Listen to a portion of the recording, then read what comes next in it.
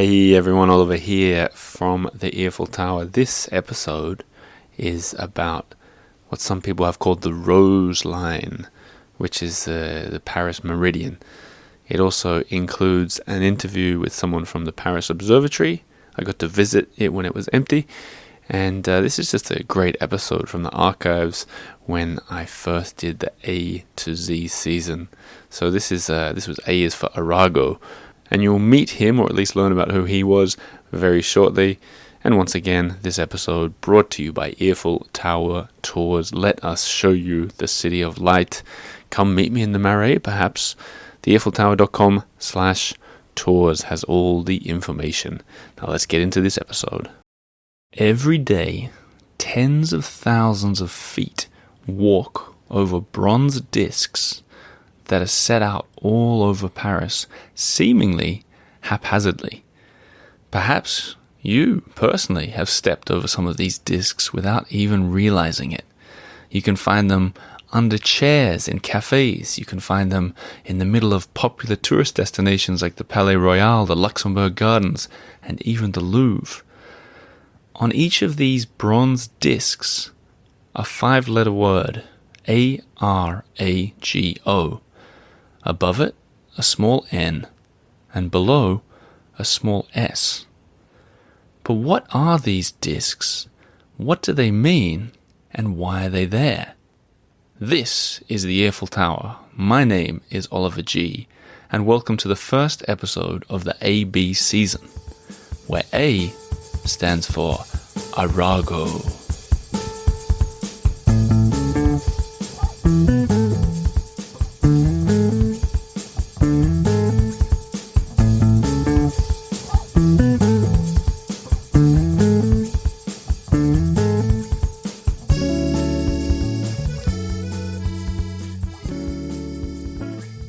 Now that was some original music from Pres Maxson, written specifically for this episode. I want to talk about it, but in a second. First, a bit of background. I want to try and give you the idiot's guide to Arago and meridian lines. You'll hear more about it later from experts, but just so we're all on the same page. Imagine the equator, the big line that runs around the center of the Earth. It was really easy for them to figure out where to put the equator because it was as far away from the North Pole and the South Pole as you can get. That's obvious, but where do you put the equivalent of the equator if you go around the top and the bottom? Where's the prime meridian? The problem is everybody thought it should go through their big city, including the French, who wanted it to go through Paris, and François Arago was really important in making this line through Paris. So that's crucial. In the end, this French meridian line didn't stick around, as you all know. We ended up with the Greenwich Meridian line, but this French one sort of got fame and remains really well known for several reasons. One is the Vinci Code, which we'll talk about later. They called it the Rose Line. So if you see the Vinci Code, you'll see Tom Hanks running along on similar medallions to the ones I mentioned at the start of the episode. But secondly, in the mid-90s, a Dutch artist, Jan de Betz, was tasked with putting these medallions down around the city. So there's 135 markers. This is where I got really interested in the story. These markers that mark exactly where the meridian line once ran. So this is where the story gets sort of relevant to everyone who's been to Paris. They put these 135 bronze discs from the very start of the Peripherique in the north all the way to the Peripherique, the ring road in the south.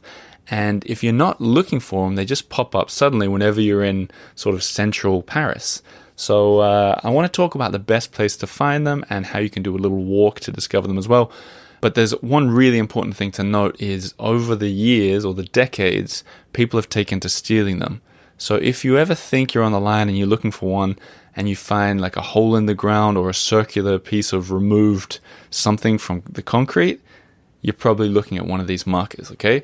So really important to stress, don't go looking for all 135 or you will be disappointed. But that leads me to the first section of this podcast, where to find the walk with the most Arago markers.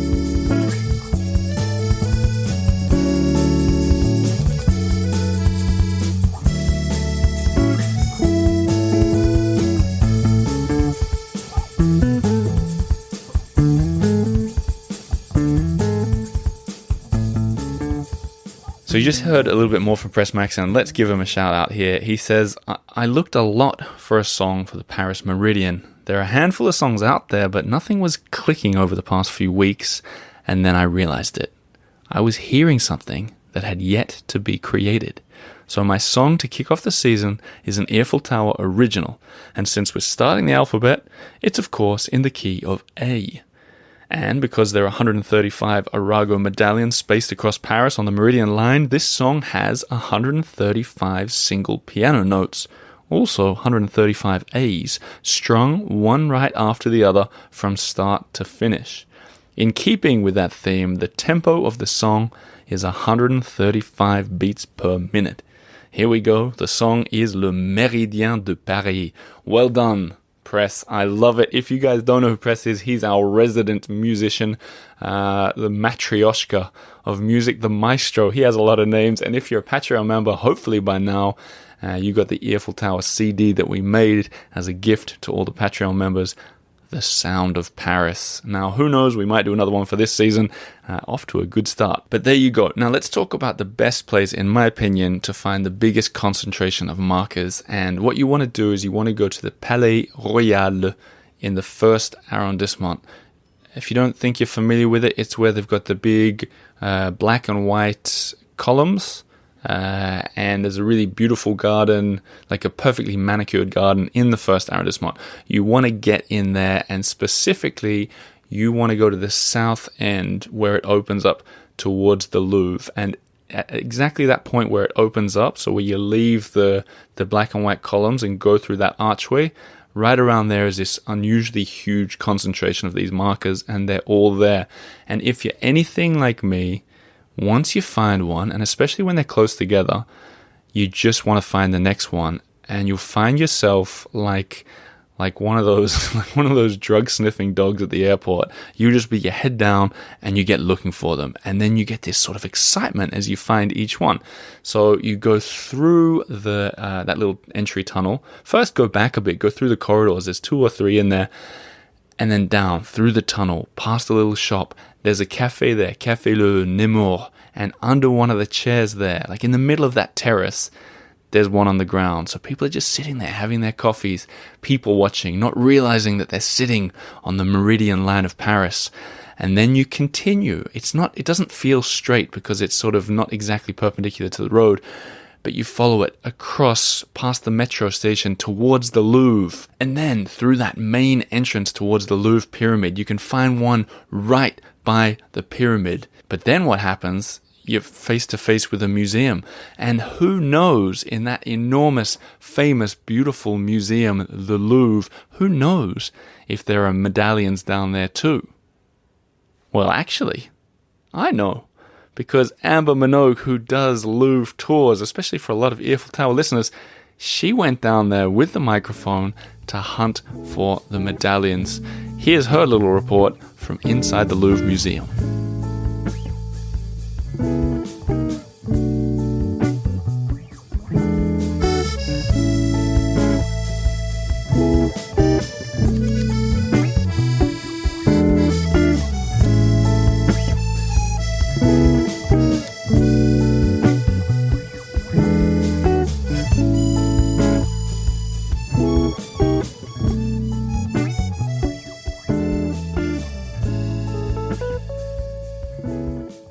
Okay, Oliver, I am in the Louvre, I am in Richelieu, I am in the Cour Puget, and I'm looking for the first Arago disc, and it's, according to this map, around here somewhere. Yes, I found it. Here it is. Here is the first one. There are 4, I think, in Richelieu. First one found. On to the next one. Oliver, this was really difficult to find. I went up the stairs and down the stairs and round, but I found it. Here it is, the second one, also in the Cour Puget, just upstairs, so like on the entresol, entre mezzanine, in front of one of my favourite pieces in here, the Dragon, which comes from Rue de Dragon. Anyway, there is 2 more to find in Richelieu, and I'm hot on their trail. Okay. This was the most difficult one to find, and it is upstairs, but I found it. It is between the 2 escalators, still in Richelieu. here it is. These are all three in the Richelieu wing, and now I'm going to go next door, well, across the pyramid, over to Denon to find the rest. Okay, Oliver, I have entered through Sully, past Philip Auguste's wall, and I am looking for the next Arago disc. I know exactly where it is, though. This is going to be super quick. There's two that we can see here. Two are hidden away because they're renovating that area, and two are visible. I know where one is. I'm going to go straight to it. I do feel a bit silly talking into this phone, but no one cares. Here's the disc. I'm going to take some photos now. Okay, this last disc, I can't find it. I'm going up, I'm going down. I just asked a security guard and he's never heard of them, and we looked at it together. I've got a feeling it might be in a shut part. Two discs are definitely in like a closed off part, but I've got a feeling this one is as well. I've got no idea. I am defeated. I'm going to have one last look. I'm looking behind cabinets. I'm turning around. I'm talking to security guards who've never heard of the Arago discs, let alone this one. It's a mystery. Maybe Oliver, this one will have to stay mysterious. Maybe one of your listeners will find it.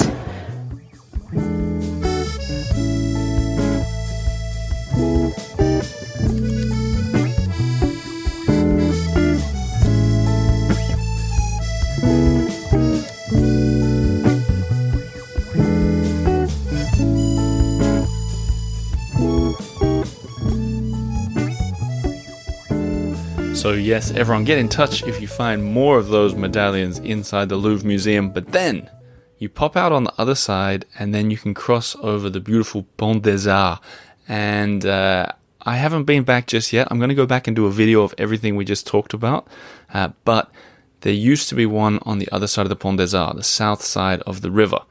From there, you can get all the way to the Luxembourg Gardens, which has a few of the markers dotted around, and the Luxembourg Gardens got to be one of the best places in Paris for a chill. Like, go in there, sit down, watch the city go by.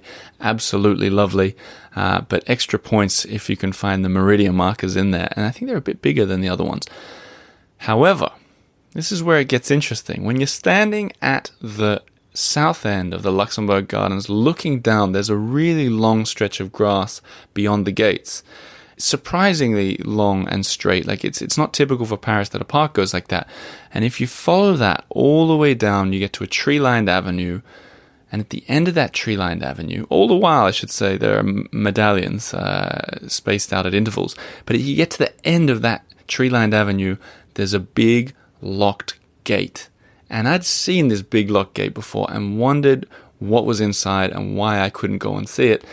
It turns out behind that locked gate is the Observatoire de Paris, the Paris Observatory. Now, this is crucial here.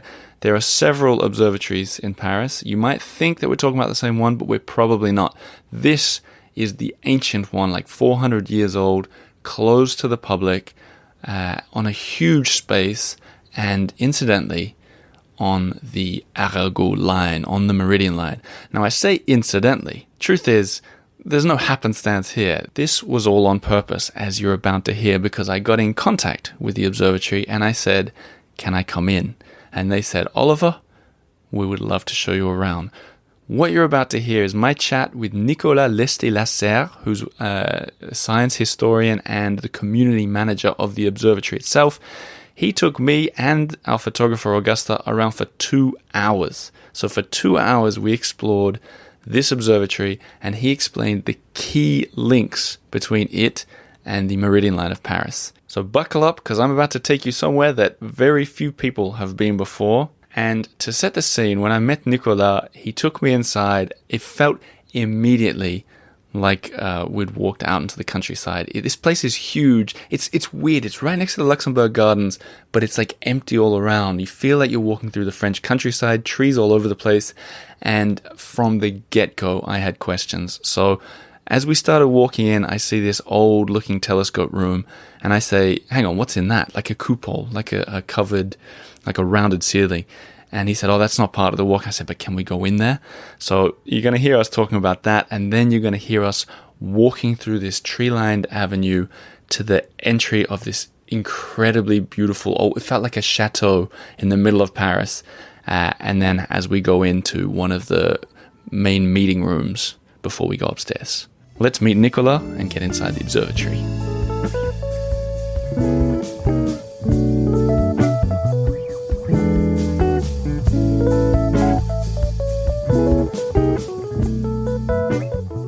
Nicolas, how are you? I'm good. And you? I'm very excited. I'm very excited. Can I say what we've just done, even though we didn't take any photos, or is that something we can't talk about either? You mean about the telescope? Yeah. We've just seen a telescope from 1888, and it's a telescope made to take photos of the sky, for the chart of the sky, photographic chart of the sky. And I was very excited in there because I feel like we're already finding secrets and we haven't even gone into the main building yet. No, and this telescope has nothing to do with Arago, so we don't talk about it anymore. Let's maybe we should just explain this building we're about to go in. We're standing outside. I said that as we approached it, it felt like we were in Provence. Especially you can't see any cars, you can't hear any people. Do you get that sense that this is not Paris? Yes, actually it was the point when they decided to find a site for the Observatory of Paris. It was a really quiet site with the big view to the south. And so in 1667, it was the countryside here. We were outside Paris. Okay. Paris grew up a lot, and so now we are inside Paris, but at the beginning it wasn't. And because some urbanistic problems, the observatory were ignored of the big shame for Paris to growing up. And so the main avenues of Paris just goes close to the observatory, but not close enough to see it. So it's a building kind of hiding in Paris. It's not easy to see it. Well, it's hiding in plain sight, and it's closed to the public, so it's like one of these big mysterious places. And now we walk through all the gardens to get to this amazing 1667 building. And as I understand, behind that door is the main salle, the main meridian room. Is that right? Yes, we go up. Can we go and look at it? Yeah, sure. Let's lead the way. Follow me. This is our first meeting with Monsieur Arago. Maybe now is a really good time for you to tell us a little bit about this man. Do you know much about the man?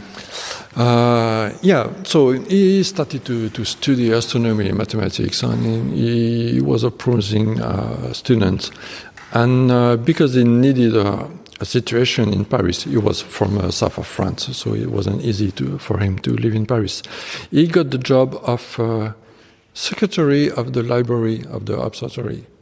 So it's how he get inside the observatory. And when you're secretary of the library of observatory, you don't do just library stuff. You do also astronomy. So he started to help the astronomers on some project, on some mission. And his first mission was to measure the meridian line south of Barcelona to expand the measure made before.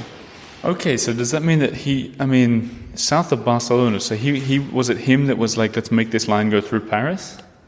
Yes, the meridian line, it's a line so from the North Pole to South Pole, and the one crossing the middle of this building, what we call the meridian of Paris, is coming from Dunkirk, north of France, to Perpignan, south France, and after that to Barcelona. It passed really close to Barcelona, and after that to the Balearic Islands. I see. And Arago expanded the measure of this line to the Balearic. And so if we think about Arago today, do we look back on him as being like one of the ultimate geniuses of France, or just on a really great team, or? Not an ultimate genius. He made some pretty good stuff in astronomy, astrophysics, some invention, but mostly he was a really good manager. I mean, not a manager for the observatory, but he helped a lot of savants at the time in electricity, magnetism, physicians, like there's many names, where Arago was kind of associate promoter of the things. And so he did a lot of things. And also he was a really good Republican deputy. And he is famous also for his politic work. Because it says on all the signs that he was an astrologist and an homme politique as well, on all the street signs and everything. But I want to rewind for a second, and this might be a challenge, but I want you to explain the French meridian line and why it's not the international meridian line to me as if I'm an idiot. But first, while we're still in here, let's describe Arago for the people at home. In this picture, he looks to be about 50 years old, very serious looking guy with a white sort of, what do you call this? It's not a scarf. It's kind of scarf, made of scarf. So we can assume this was painted in the 1840s or 50s. It's a copy of a portrait, and we have several. We have a lot of portraits on statue of Arago because he was famous person in science and in politics, and. We know he had a lot of charisma, a really deep voice. So his speech at the National Assembly was really powerful. And so he had a lot of charisma. He was a really good teacher. He knew how to explain things.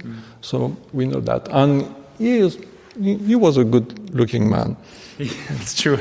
He doesn't look to me like the kind of guy who would appreciate a joke. Maybe not, but actually he was really close to this family, and he had a lot of friends, right. A lot of colleagues from different areas of the world and of France. So maybe he had some I don't know, maybe he some was spirit. Maybe he was a people's person. And then the centerpiece on the top of the ceiling here is incredible too. This celestial light blue angels and horses. It's an allegory of the path of Venus in front of the sun, which occur really rarely, 1 or 2 times every 150 years. Okay, onwards.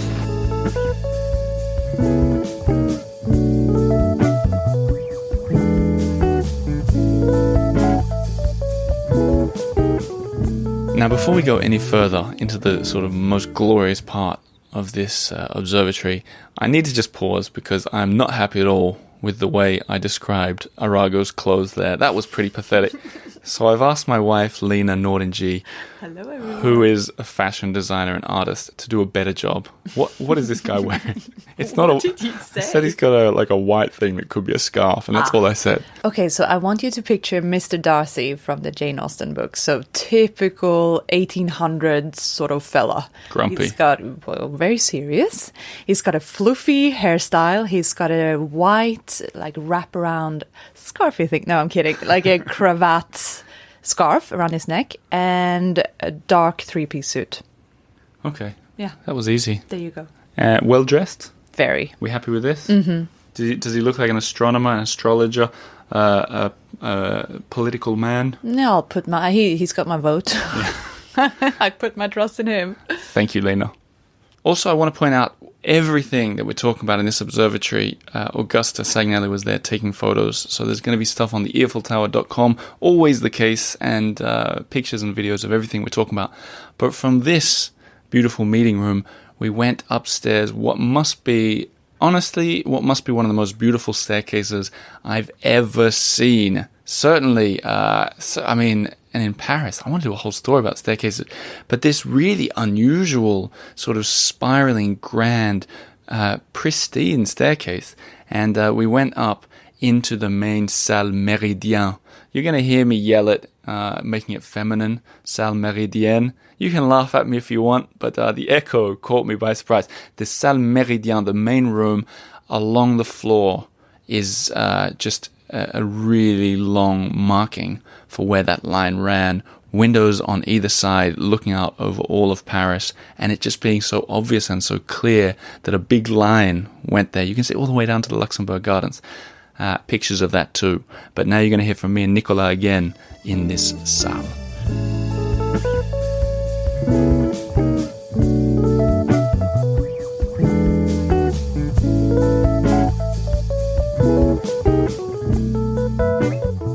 we're standing on the Meridian line.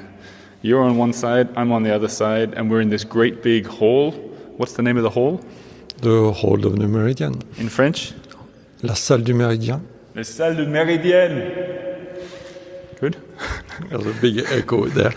Maybe you can... it's funny, I feel nervous to even step over it, even with the plexiglass. So don't. But can you explain to us exactly what this Meridian line is? So Meridian line is a meridian coming from the North Pole to the South Pole. So there's an infinity of meridian. You have a meridian everywhere you are. But you need a meridian reference, the zero meridian, for the cartography to count to the west and to count to the east. So the astronomers, when they get this building, they decided, okay, it will be the Meridian line because it's a nice repair, it's a nice spot to start to count to the west and to the east. Because of this building? When they started to build the building, they decided to orient it to the south, so it was perfectly north-south, and they implicitly decided, okay, it will be a nice place to set the new meridian reference for the France. But every country did the same. English in Greenwich, the Russians in St. Petersburg, etc., etc. So in the 19th century, a lot of maps, the French maps used the Paris meridian, where we are. The English used the Greenwich meridian, etc., etc. And at the late 19th century, because the raising of the train lines and the boat lines between crossing Atlantic, they needed one meridian reference for the time, mostly for the time before the maps. And there was a big conference in 1888 in Washington. A lot of countries were there to vote which meridian they will use. And Greenwich meridian has to be the one to be the reference. And so at that time, the Paris meridian wasn't used anymore. I heard that they kept using it for a little while. It lasted a few years before the French really adopted the Greenwich meridian. Is it stubborn? Yes, maybe a small political game, and it's not easy to move up. And all the maps existed, so you have to change everything at the same time. No, it's impossible. So we started slowly. I think it's in 1911 when we really used the Greenwich meridian for the time. That's 20 years. That says something. Yes, but the British at the conference in Washington, so in 1884, the British representative said in his speech at the end, he was really glad the Greenwich meridian was chosen, and he was really sad for the French because they worked a lot on the theory of the meridian, how to use it, and he said. He was sure the British government will adopt the metric system soon. Uh-huh. So it was soon. It was in 1884. So we're still waiting. I got a final question for you. Yeah. Have you seen the Da Vinci Code? I started to watch the movie and I gave up. Really? Yeah. Is it why? Well, I think it was poorly conducted. I think a lot of people around the world are familiar with the Arago line because of the Da Vinci Code. Yes. But, he called it the Rose line, which isn't, they just made that up, right? No, it's pure fantasy, and it's really fantasy, and I'm not sure any fond of mysticism or whatever made a link before So not something for you in any case. No. We stick for the real. Do you think if Tom Hanks and Dan Brown had come to the observatory and said, "Can we film here for a big American blockbuster?" would you have said yes? Yes, maybe, but I don't think they asked. I don't know why. Maybe Dan Brown came here, saw the line. I'm pretty sure he tried to see it, but because No, I would have known that. We didn't come. You missed out on this one, Hollywood. We'll enjoy it for ourselves. Let's take a look.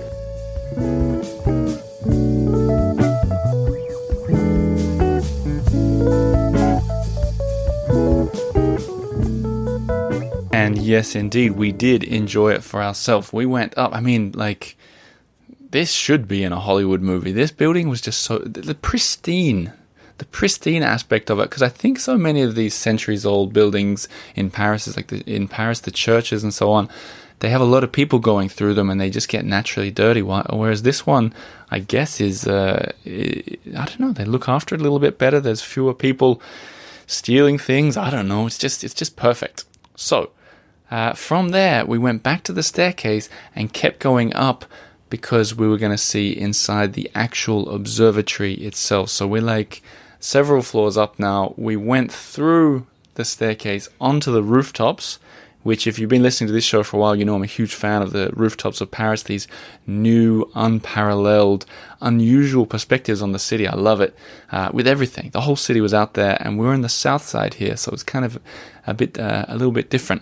And there, at the end of it, was what looked like a space shuttle. It was this big, kind of white and padded on the outside, it seemed, with little holes in the side, something from outer space. And we went in and took a look.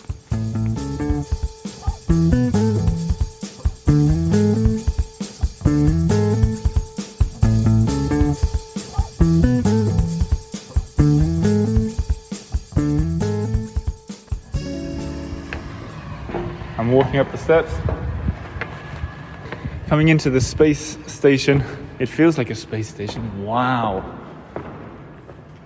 Nicolas, this is amazing. This is the best coupole in Paris. Yes, actually, definitely it's the best one. It's the biggest one and the nicest one. We're inside Arago's bubble.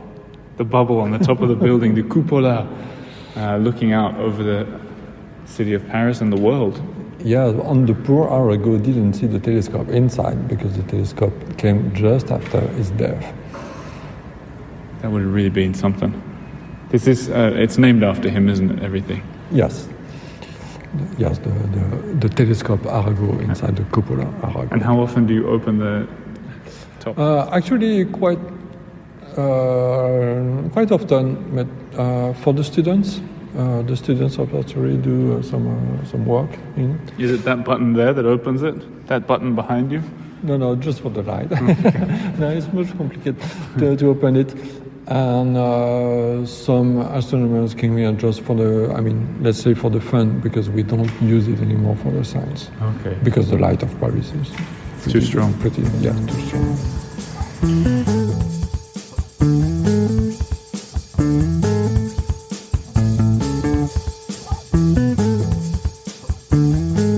So you see, the Observatory of Paris, hundreds of years ago, probably the best place in the country to see the stars. Nowadays, the lights of Paris are too bright, and a lot of the space at the observatory is used for research.